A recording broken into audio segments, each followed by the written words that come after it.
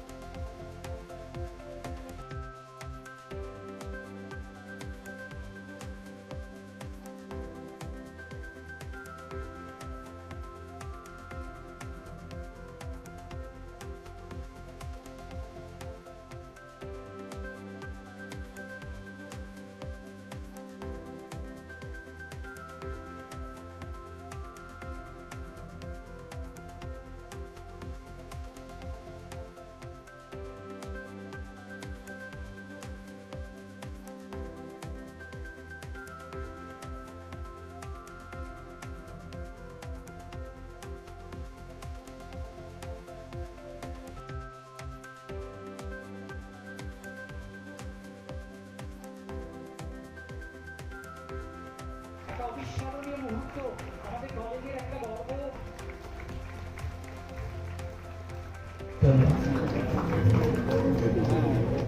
আমাদের মনে করিয়ে দেয়, শিক্ষা আমাদের পথ দেখায়, আশা আমাদের এগিয়ে নিয়ে যায়, আর ঐক্য আমাদের শক্তি দেয়।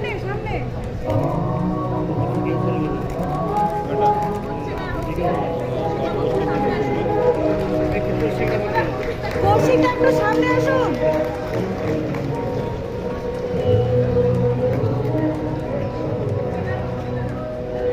চলুন আমরা সকলে মিলিতভাবে জ্বালিয়ে তুলি জ্ঞানের এই শুভ প্রদীপ, যার আলো ছড়িয়ে পড়বে আগামী দিনে।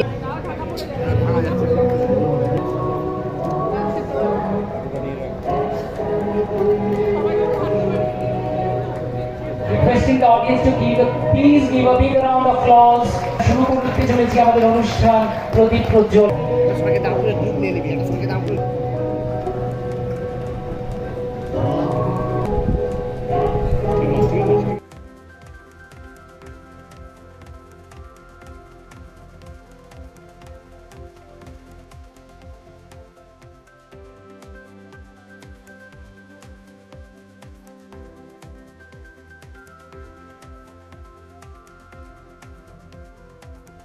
শুভেচ্ছা ও ভালোবাসা। বক্তব্য একেবারেই দীর্ঘায়িত করবো না, আপনারা অনেকক্ষণ অপেক্ষা করে আছেন।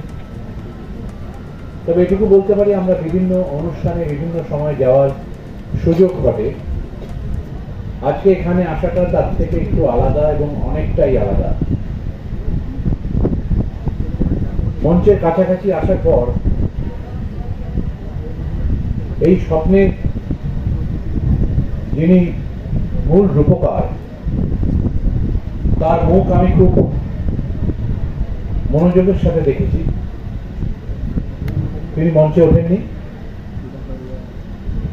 তিনি কোন রকম ভাবে ক্যামেরার সামনেও আসছেন না, কিন্তু বৃহৎ কর্মযোগে হৃৎপিণ্ডের একটা দিক উনি।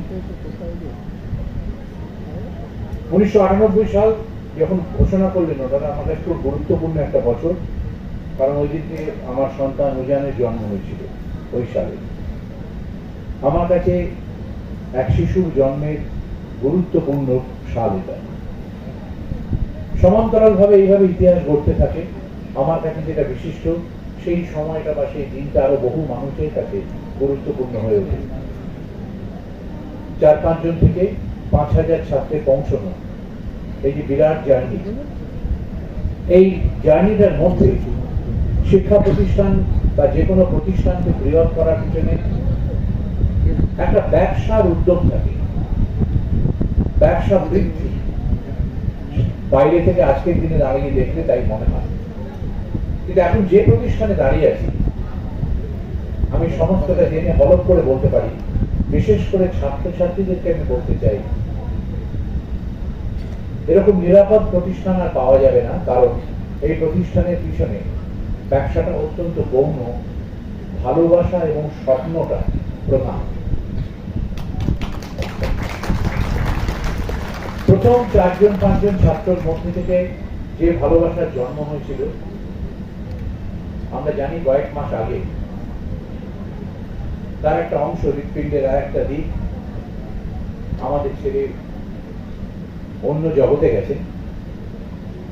কিন্তু সেই স্বপ্নকে এগিয়ে নিয়ে যাওয়ার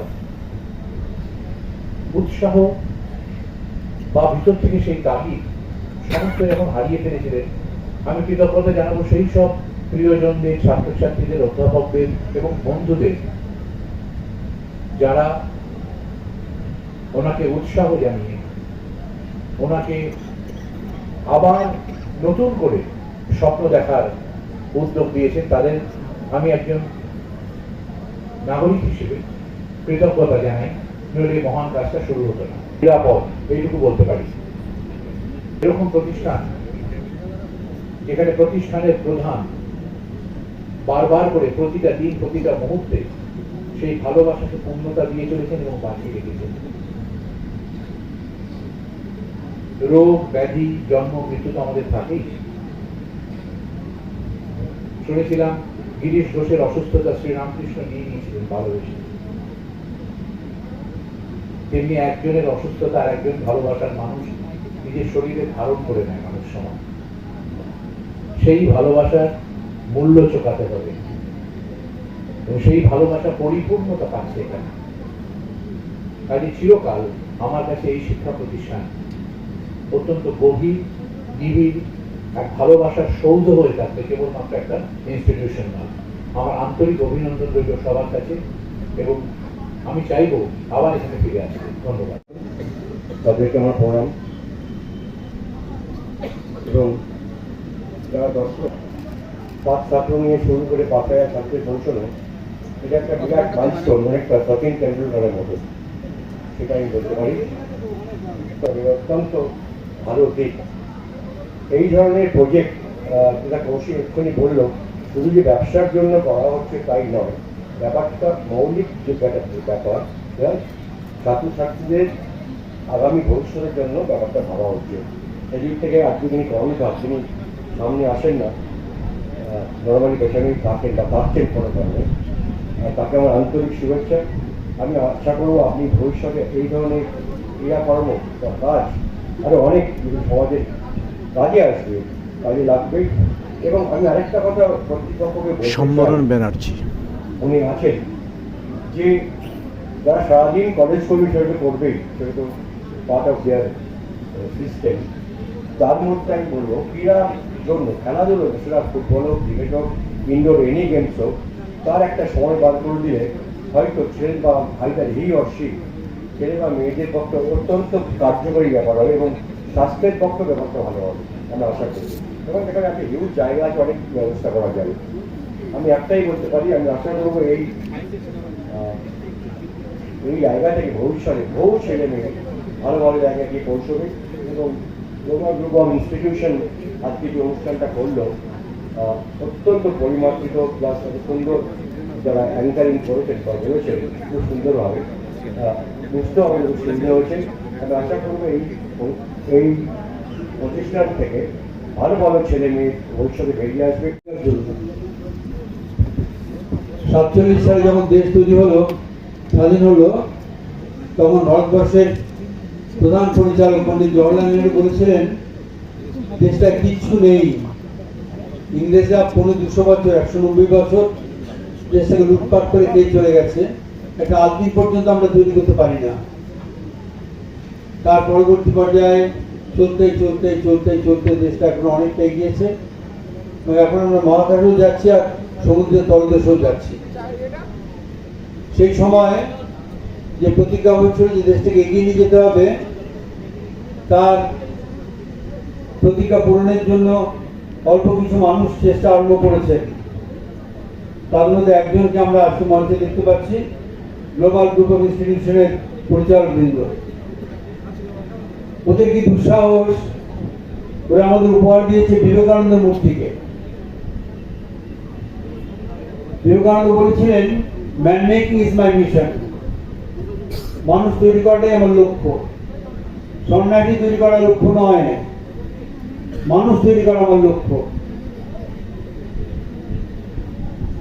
আমরা এখন শিক্ষা প্রতিষ্ঠান তৈরি করি ডিগ্রি পাওয়ার লক্ষ্য, আর ডিগ্রি পেয়ে পরে টাকা রোজগার করার লক্ষ্য। আরো বেশি টাকা রোজগার করতে হবে, তাই জন্য ডিগ্রিটা আমাদের অবলম্বন হবে। আমরা বিবেকানন্দকে ভালোবাসি না। ওরা বিবেকানন্দের ছবিকে উপহার দিয়েছেন, ওদের কাছে খুবই কৃতজ্ঞ হয়েছে, কিন্তু আমরা বিবেকানন্দকে ভালোবাসি না। আজ থেকে 45 বছর আগে যখন প্রথম কন্যাকুমারীতে যাই, তখন কন্যাকুমারীতে গিয়ে দেখলাম বিবেকানন্দ দাঁড়িয়ে আছেন মাথা উঁচু করে। খোঁজ নিলাম কে স্থপতি যে বিবেকানন্দকে এখানে নিয়ে এসছে। জানা গেল মহারাষ্ট্রের একটি ছেলে ডব্লিউবিসিএস ফার্স্ট হয়েছিল একনাথ রানাডে বলে। সেই ছেলেটি ডব্লিউবিসিএস চাকরি করতে মহারাষ্ট্র সরকারে। সে তার চিফ সেক্রেটারিকে চিঠি লিখলো, আমাকে 3 বছরের ছুটি দিন বিনা বেতনে। চিফ সেক্রেটারি তাকে ডেকে বললেন, তুমি তো বিসিএস ফার্স্ট হয়েছিলে, দেশের সেবা করে অনেক কাজ করবে, তুমি ছুটি চাইছো কেন, কি করবে তুমি? একনাথ বলল, বিবেকানন্দ মূর্তি তৈরি করবো, একটা মন্দির তৈরি করবো। কোথায় তৈরি করবে? যেখানে বিবেকানন্দ বসে তপস্যা করেছিলেন এবং আমেরিকায় গিয়ে বিশ্ব জয়ের স্বপ্ন দেখেছিলেন, সেই জায়গায় 10 টাকার কুপন ছাপিয়েছিলেন তিনি 67-এ। আমরা তখন কলেজের আন্দোলন করি, ইত্যাদি করি, 10 টাকার কুপন আগ্রহ করে কিনেছিলাম এখানে ওখানে সেখানে। পরে অনেক পরে যখন কন্যাকুমারীতে যাই, সেখানে গিয়ে দেখলাম একটা অসাধারণ মন্দির তৈরি হয়েছে। বিবেকানন্দ বলছেন man making is my mission, money making নয়, ডিগ্রি মেকিং নয়, মানুষ তৈরি করতে হবে আমাদেরকে। এখন এই যে মানুষটি, এই মানুষটিকে আমরা ভালোবাসি না, আমাদের এখানকার ছেলে। কিন্তু কন্যাকুমারীতে গিয়ে দেখলাম যে মন্দিরের গায়ে লেখা আছে কোন কোন স্টেট কত টাকা দিয়েছে। আমরা 3 নম্বরে আছি, আমরা 3 নম্বরে আছি। আমরা এরকম বিবেকানন্দকে ভালোবাসি। ওদের কি সাহস, দুঃসাহস! ওরা বিবেকানন্দকে সামনে রেখে ওরা ভাবতে চেষ্টা করছে একটা প্রতিষ্ঠান করছি, গ্লোবাল গ্রুপ অফ ইনস্টিটিউশন। নামটা দিয়েছেন, কি দুঃসাহসিক নাম! আমার অত্যন্ত কৃতজ্ঞ ওদের কাছে যে এখন সাধারণভাবে যে কথা চালু আছে, আমরা বিবেকানন্দ নামে রত্নালিকা পরীক্ষা ফার্স্ট হতে চাই, কেউ বিবেকানন্দ হতে চাই না। বিবেকানন্দের নামে রত্নালিকা পরীক্ষা ফার্স্ট হতে চাই, সবচেয়ে বেশি নম্বর পেতে চাই, কিন্তু কেউ বিবেকানন্দ হতে চাই না।